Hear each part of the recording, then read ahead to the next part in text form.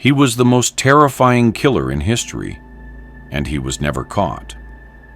In 1888, London's East End was a maze of dark alleys, flickering gas lights, and poverty.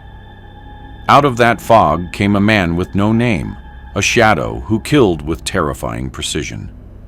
The newspapers called him Jack the Ripper, and more than 130 years later, his crimes still horrify the world.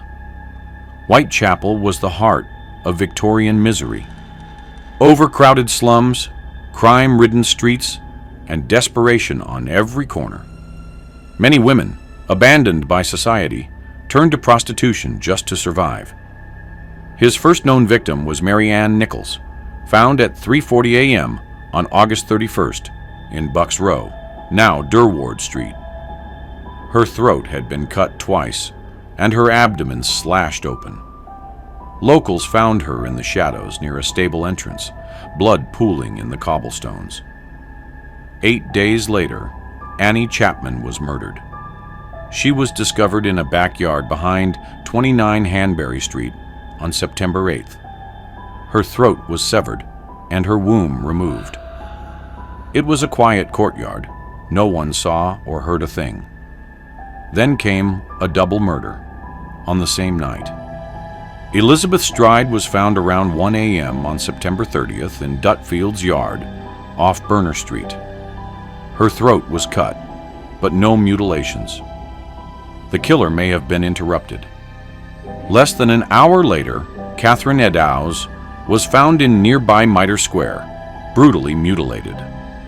Her face was slashed, organs removed. It was the most savage killing yet, committed right in the heart of the City of London. The final known victim was Mary Jane Kelly. She was found indoors, in her small room at 13 Miller's Court on November 9th. Her body was mutilated beyond recognition. It was the only murder committed inside, and the most gruesome. Each scene was darker than the last. The police were overwhelmed. There were no fingerprints, no forensics. Crowds gathered, contaminating the evidence, and still the killer vanished into the fog. Then came the letters. One was signed "From Hell," accompanied by a piece of human kidney. Whether genuine or not, they terrified the public. Suspects came and went. Montague Druitt, a barrister who drowned himself weeks after the last murder. Aaron Kosminski, a disturbed Polish barber committed to an asylum. Walter Sickert, a painter whose works some believe held clues to the crimes. But none were proven, none confessed.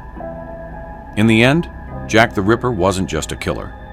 He became a myth, a symbol of horror, obsession, and mystery. But behind that myth were 5 women, real people with names and lives, and a city that will never forget the terror that walked its foggy streets.